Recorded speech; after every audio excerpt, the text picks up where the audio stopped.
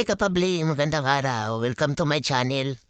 Ngayon na araw, meron akong isi-share, ituturo sa inyo kung paano magkabit ng water heater single friend.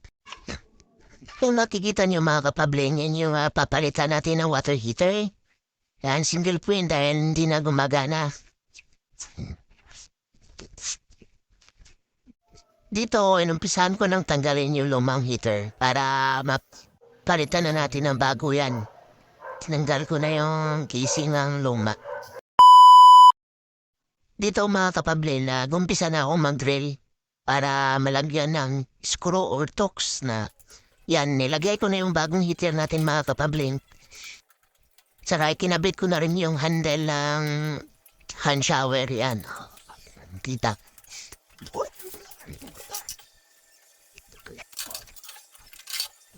Diyan mga kapable, inumpisahan ko na rin ikabit yung supply o galing sa inlet ng tubig para patungo sa ating water heater. At saka kinabit ko na rin yung flexible hose. Dapat dyan mga kapable, hand-tighten lang kasi plastic lang yan. Hindi masyadong mahigpit. Dito mga kapabling, umpisaan na natin tanggalin yung wire na nakadikit sa ating bagong water heater. Papalitan natin ang ating wire na meron ng plug. Yan na lang yung kulang na wire mga kapabling para may testing na natin yung ating bagong water heater. Dapat mga kapabling, make sure nyo kung magkabit man lang kayo na wire, dapat meron siyang ground. Dahil yun yung recommended na wire para sa ating single point water heater. Kung nakikita nyo mga kapabling, huwag nyo masyadong hawakan sa gitna yung ating single point water heater kasi sensitibo po yung PC at heating element niya.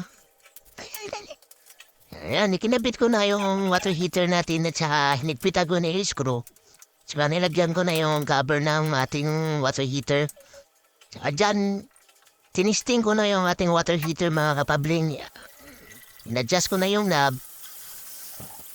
At tinawag ko na yung may-ari mga kapabling para mat-testing niya yung ating water heater or ma-probe niya na gumagana yung ating water heater single point.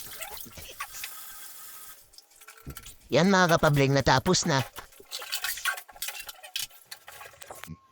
Dito mga kapabling, natapos na natin ikabit yung ating bagong water single point.